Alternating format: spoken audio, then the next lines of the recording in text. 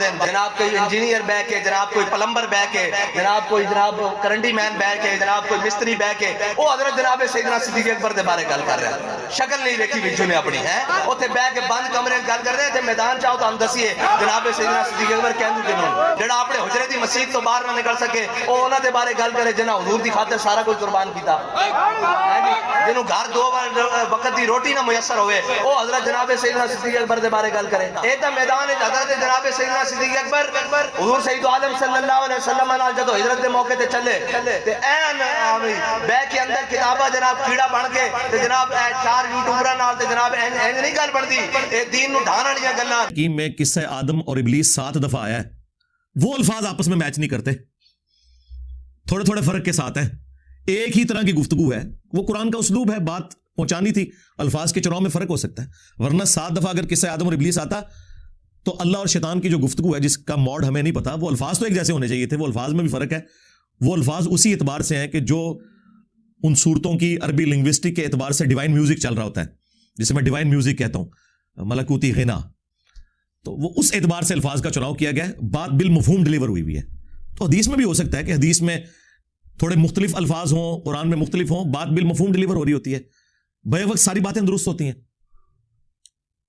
تو اب وہ انکار تو انہوں نے کیا, میرے کھاتے میں پڑ گیا, ان سے بھی خیر مس اینڈنگ ہوئی ہے. انہوں نے اس میں یہ دعویٰ کیا کہ اہل تشیع انکار کرتے ہیں اس واقعے کا, حالانکہ میں نے وہ پرانی ویڈیو میں بھی رسول اللہ کا قاتل کون صلی اللہ علیہ وآلہ وسلم, اس میں باقاعدہ اہل تشیع کا جو قرآن کا ترجمہ سید فرمان علی شاہ صاحب حفظہ اللہ تعالی, اگر وہ زندہ ہے, ادروائز رحمہ اللہ تعالی, ان کا جو قرآن کا ترجمہ ہے وہ دکھایا ہے سورہ التوبہ سے, اور حاشیے میں باقاعدہ مینشن ہے کہ دوسرے حضرت ابو بکر تھے, انہوں نے باقاعدہ لکھا ہوا ہے حضرت ابو بکر رضی اللہ تعالیٰ عنہ. تو مفتی صاحب کا یہ دعویٰ بھی باطل ہے کہ شیعہ نہیں مانتے, شیعہ نے تو اپنے قرآن کے ترجمے کے حاشیے میں لکھا ہوا ہے, تو بات تو ختم ہوگی. بال مفتی صاحب نے اس پوری گفتگو میں کوئی حضرت ابو بکر صدیق رضی اللہ تعالیٰ عنہ کی توہین نہیں کی, انہوں نے اپنا ایک موقف رکھا, اس میں انہوں نے حضرت ابو بکر کو رضی اللہ تعالیٰ عنہ کہا ہے. توہین کہاں سے ہوگی؟ اصل میں وہ میرے کھاتے میں ڈالنے کی کوشش کر رہے تھے انڈائریکٹلی, کہ چونکہ وہ مجھے مل کے گئے ہیں تو اس لیے بھائی میں تو آپ کے والد خادم رضوی صاحب سے بھی کئی دفعہ ملا ہوں, تو کیا اب خادم رضوی صاحب جو کشف المحجوب کو لہرا لہرا کے اس کا دفاع کرتے تھے, جس میں رسول اللہ کی صراحتاً گستاخیاں لکھی ہوئی ہیں, وہ میرے کھاتے میں ڈالیں گی؟ اور پوری زندگی وہ جواب نہیں دے سکے کسی چیز کا. حتیٰ کہ میں نے یہ بھی مینشن کیا تھا کہ آپ جو یہ نعرہ لگا رہے ہیں نا لبیک یا رسول اللہ, یہ لبیک یا رسول اللہ نہیں ہے, لبیک کا یا رسول اللہ ہے. اگر آپ نے یہ نعرہ لگانا ہے لبیک کو الگ کریں گے, یا رسول اللہ کو الگ کریں گے, یہ عربی لنگوسٹک کا اصول ہے. اور آپ کے والد صاحب کا یہ دعویٰ تھا کہ میں لاکھوں علماء کو صرف اور نحو پڑھاتا رہوں, تو یہ تو ایک بیسک غلطی ہے. اور سٹیج پہ جب انہیں ہائی لائٹ کی گئی تو انہوں نے کہا ایک منڈا ہے نیٹ دے اوتے ہوندا ہے تے وہ کہندا ہے کہ لبیک دا سیگا انج نہیں, ساڈی مرضی ہے, جس طرح مرضی لبیک کہیے. وہ بندہ سنا نیٹ پر وہ کہتا رہتا تھا مولی خادم کو لبیک کسی کا نہیں پتا, وہ بھی تھا. میں کہتے ہیں اس کو جواب دو, لبیک پر وقف کیوں کرتے ہیں؟ میں کاسی کر رہے ہیں, وقف اسی کیتا ہے, تیرے ڈھڈے کیڑا پر وقف کیسی کیتا ہے؟ لبیک کا ہونا چاہیے. میں کہ تو کا پڑھتا رہو, اسی کا لبیک پڑھتے رہو. یعنی جواب نہیں ہے بجائے اپنی غلطی ماننے کے. تو سعد رضوی صاحب آپ کے ابا جی کو جواب نہیں دے سکے. آپ تو بھی میرا خیال ہے گلیوں میں کھیلتے کودتے ہوں گے, تو اس وقت سے ہم آپ کے ابا جی کے اسٹوڈنٹ ہیں 1994 میں. آپ بالغ بھی نہیں ہوں گے اس وقت جس وقت سے میں خادم رضوی صاحب کو جانتا ہوں. وہ ہماری گلی کی مسجد میں آ کے درس دیا کرتے تھے مہینے میں ایک دفعہ. ان کا پیر خانہ بھی جہلم میں تھا, اس وقت داڑھی بھی کالی تھی ان کی, اور یہ ٹانگوں والا مسئلہ بھی نہیں تھا ان کے ساتھ, کھڑے ہو کے بیان کرتے تھے. تو وہ پوری زندگی جواب نہیں دے سکے کسی بات کا, اور آپ لوگوں کی غلطیوں کو گھیر گھار کے میرے کھاتے میں ڈالنے کی کوشش کرتے ہیں. ٹھیک ہے, ایشو کوئی اور ہے آپ کو, اور میرے اوپر الزام لگا رہے ہیں کہ حضرت ابوبکر صدیق رضی اللہ تعالیٰ عنہ کی میں نے توہین کر دی, کہ جب بھی ان پہ گستاخی کا الزام لگا میں نے دفاع کیا. جب ایک غالی رافضی نے, آصف علوی نے سیدنا ابوبکر کے بارے میں بکواس کیا, تو میں نے سیدنا ابوبکر صدیق رضی اللہ تعالیٰ عنہ کا دفاع کیا, اور نہج البلاغہ سے میں نے کم از کم 7 خطبات مولا علی علیہ السلام کے, کچھ مکتوب تھے کچھ خطبات تھے, ان سے میں نے خلفائے ثلاثہ کو ڈیفینڈ کیا.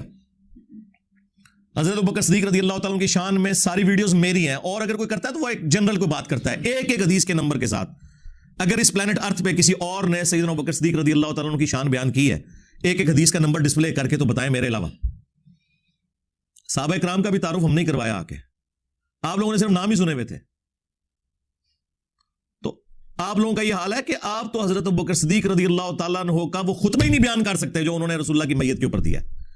جاؤ، میرا چیلنج ہے حافظ صاحب، اپنے ممبر سے صحیح بخاری میں کم از کم 4 جگہ جو حضرت ابوبکر کا خطبہ آیا ہے نا رسول اللہ کے جنازے کے اوپر، وہ بیان کر کے بتاؤ.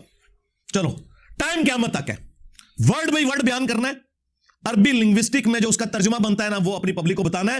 تمہاری پبلک تمہارے اوپر 295 سینہ لگائے تو مجھے پکڑ لینا آ کے. جاؤ، قیامت تک کے لیے چیلنج ہے. آپ مجھے بتائیں کیا وہ بیان کر سکتا ہے خطبہ؟ Never, not at all.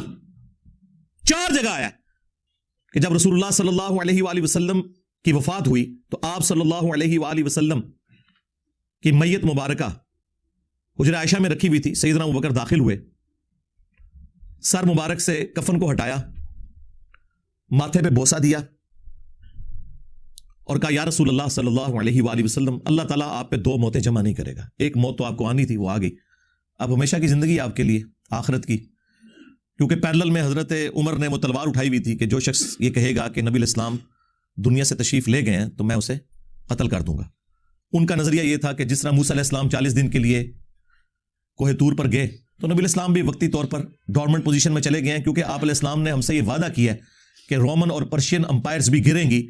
یہ کیسے ہو سکتا ہے کہ نبی الاسلام دنیا سے اپنا مشن پورا کیے بغیر چلے جائیں؟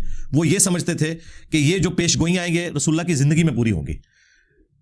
لیکن اگر یہ نبی الاسلام کی مبارک زندگی میں پوری ہوتی تو اس طرح کے انقلاب تو اور بھی کئی جنگجو لے کے آئے.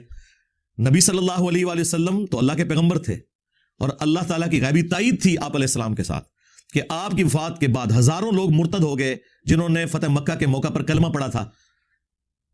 کیوں؟ کہ انہوں نے نبی الاسلام کو ایک جنگجو کے غلبے کے طور پر تسلیم کیا اور پیغمبر اسی وجہ سے مان لیا. اسی لیے قرآن میں آیا کہ یہ اعرابی لوگ کہتے ہیں کہ ہم ایمان لے کر آئے ہیں. اے نبی تم ان سے فرماؤ تم ایمان نہیں لائے ہو، اسلام لے کر آئے ہو. ایمان تو ابھی ان کے دلوں میں داخل ہی نہیں ہوا. اور وہ بات بالکل ٹھیک نکلی. ہزاروں لوگ مرتد ہو جائے، منکرین زکوٰۃ، مسلمہ کذاب کے ساتھ مل جانے والے لوگ، اور حضرت ابوبکر صدیق رضی اللہ تعالیٰ عنہ کا کانفیڈنس لیول یہ ہے کہ وہ ان کے ساتھ جہاد اور قتال کے لیے تیار ہیں. اور اللہ تعالیٰ کی غیبی تائید کے لیڈر فوت ہو گیا ہے، اس کے ماننے والے ہزاروں لوگ اس دین کو چھوڑ کے چلے گئے ہیں. پھر بھی ایک مختصر سی جماعت نے نہ صرف ان مرتدین پہ غلبہ پایا بلکہ چند سالوں کے اندر رومنز اور پرشینز کو بھی گھٹنے ٹیکنے کے اوپر مجبور کر دیا.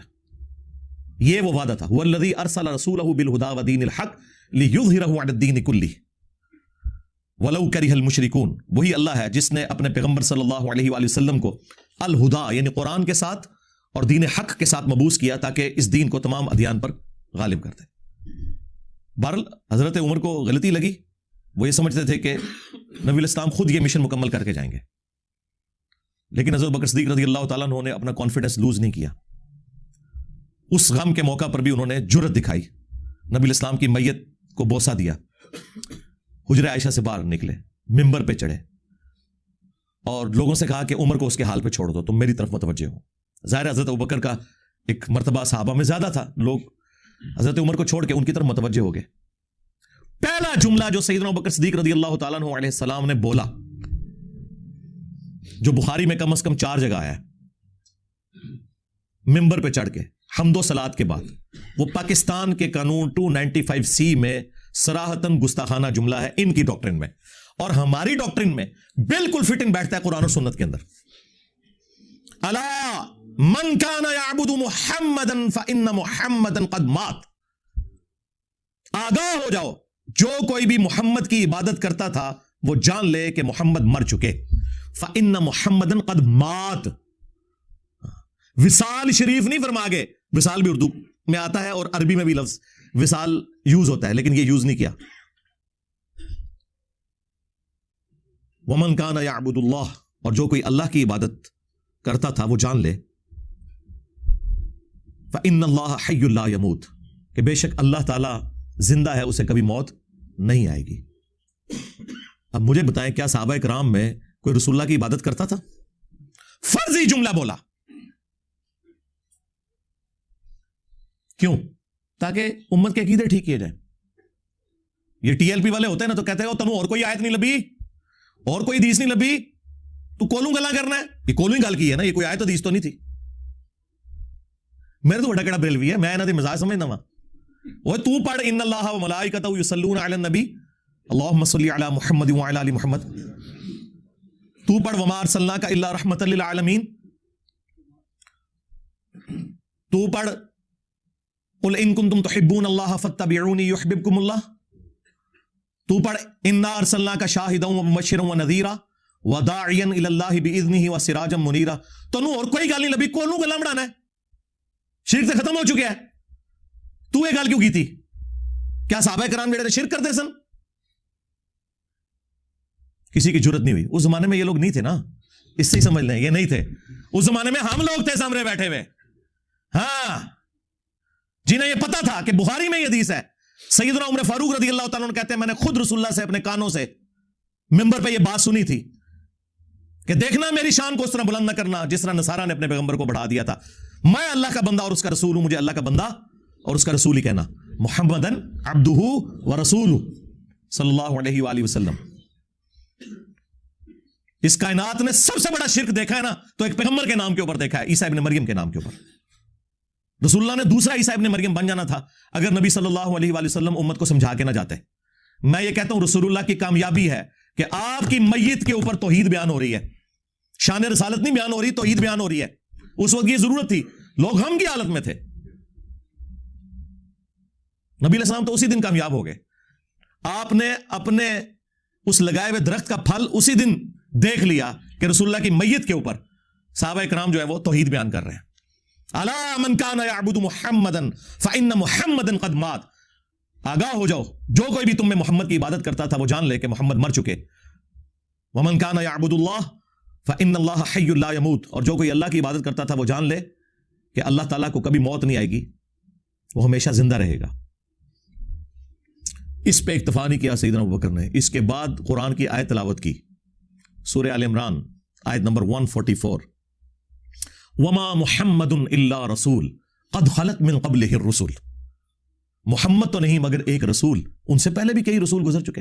افئن ماتا, اگر یہ مر جائیں, اور ان کے ترجمے میں وصال شریف فرما جائیں, کولوں لفظ بنائے انہیں وصال شریف. بھئی قرآن یہ لفظ نہیں تھا استعمال کر سکتا, وصال تو عربی کا لفظ ہے. او قتلا, یا قتل ہو جائے. یہ ہوتے تو کہتے یا اللہ شہید کا لفظ یوز کر لے, تھوڑی احتیاط ہو جائے گی نا, گستاخی نہیں ہونے لگی. شہید بھی عربی کا لفظ تھا. یا قتل ہو جائے تو کیا تم اپنے دین سے الٹے قدم پھر جاؤ گے؟ یعنی رسول اللہ پہ کوئی احسان کیا تم نے ایمان قبول کر کے؟ نبی علیہ السلام کے جانے کے بعد وہ تو اپنا مشن پورا کر کے چلے گئے, اب تمہاری ذمہ داری ہے. اور پھر اللہ تعالیٰ فرمایا کہ جو ثابت قدم رہنے والے ہیں اللہ تعالیٰ عنقریب انہیں جزا دے گا. صحابہ کرام کہتے ہیں کہ بس ان دنوں ہم جب بھی ایک دوسرے سے ملتے نا اسے یہی آیت سنایا کرتے تھے. بخاری کے الفاظ ہے, جب بھی ایک صحابی دوسرے کو ملتا نا تو وہ یہ آیت سناتا, وما محمد الا رسول قد خلت من قبلہ الرسل افئن مات او قتل. اچھا اندازہ کریں, صحابہ کرام ایک دوسرے کو یہ آیات سنا رہے ہیں جس آیت کا بیان کرنے کی گستاخی ہے پاکستان کے اندر. وہ اپنا غم ٹھنڈا کر رہے ہیں. اور بخاری کے الفاظ ہے, حضرت عمر کہتے ہیں مجھے لگا کہ یہ آیت پہلی دفعہ آج نازل ہوئی ہے, حالانکہ ہم نے پہلے سنی ہوئی تھی. یہ غزوہ احد کے موقع پر نازل ہوئی تھی جب نبی علیہ السلام کی شہادت کی افواہ پھیل گئی تھی. اور حضرت عمر کے الفاظ ہیں کہ میرے پاؤں میرے جسم کا بوجھ نہیں اٹھا سکے جب میں نے حضرت ابوبکر سے یہ آیت سنی, اور تلوار ان کے ہاتھ سے چھوٹ گئی. یہ تھے وہ لوگ جو قرآن اور حدیث سن کے فوراً پلٹ آیا کرتے تھے. ان کے سامنے آپ قرآن بیان کریں, ان کے سامنے آپ حدیث بیان کریں, یہ کہتے ہیں نہیں سانو دسو ساڑھے بابیاں نے کیا ہے, کیوں دسی اللہ دے بندے ہو, میرے نبی سا ہے ہی کوئی نہیں, تیرے بابے تھے شے ہی کوئی نہیں, ان کی باتیں کیوں بتائیں.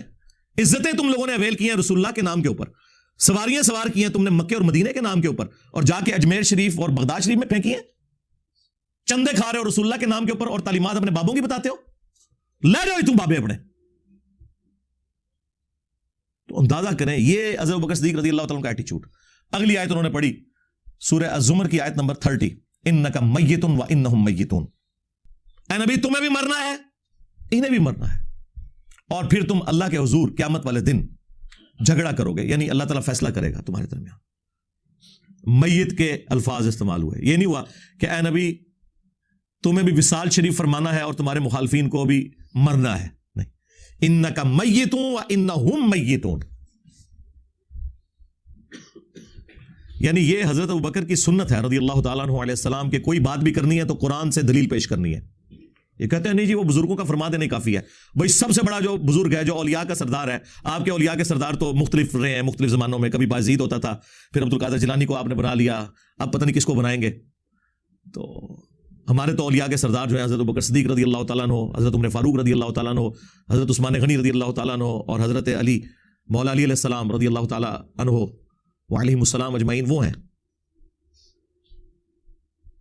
المستدرک للحاکم میں اس خطبے میں ایک اور آیت کا بھی ذکر موجود ہے, وہ سورۃ الانبیاء سے انہوں نے تلاوت کی کہ اے نبی اگر تمہیں مرنا ہے تو کیا تمہارے مخالفین ہمیشہ زندہ رہیں گے جو آج تمہاری دعوت کو دبانے کی کوشش کر رہے ہیں. یہ آیت بھی پڑھی, 3 آیات پڑھی. اسی تو ہم کہتے ہیں یہ کتابوں کا خدا ہے, یہ کتابوں کا پیغمبر ہے, یہ کتابوں کے خلفائے راشدین ہیں, بابوں کے خلفائے راشدین نہیں. مرنے سے پہلے اے مسلمان کر لے اس پہ غور, کتابوں کا خدا اور ہے, بابوں کا خدا اور, کتابوں کا پیغمبر اور ہے, بابوں کا پیغمبر اور, کتابوں کا دین اور ہے, بابوں کا دین اور. اگرچہ وہ بھی اسی پیغمبر اسی خدا اور اسی دین کو مانتے ہیں, لیکن ان کوالٹیز کے ساتھ نہیں جو کتابوں میں آئی ہیں, بلکہ ان کوالٹیز کے ساتھ جو ان کی نفس کی خواہشات, جسے وہ وجدان کا معرفت کی باتوں کا نام دیتے ہیں.